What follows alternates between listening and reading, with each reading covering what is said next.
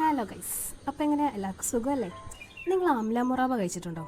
പോട്ടെ, അത് എന്താണെന്ന് കേട്ടിട്ടുണ്ടോ? തേൻനെല്ലിക്ക നമ്മൾ ഒരുപാട് കേട്ടിട്ടും കഴിച്ചിട്ടുണ്ടാവും അല്ലേ?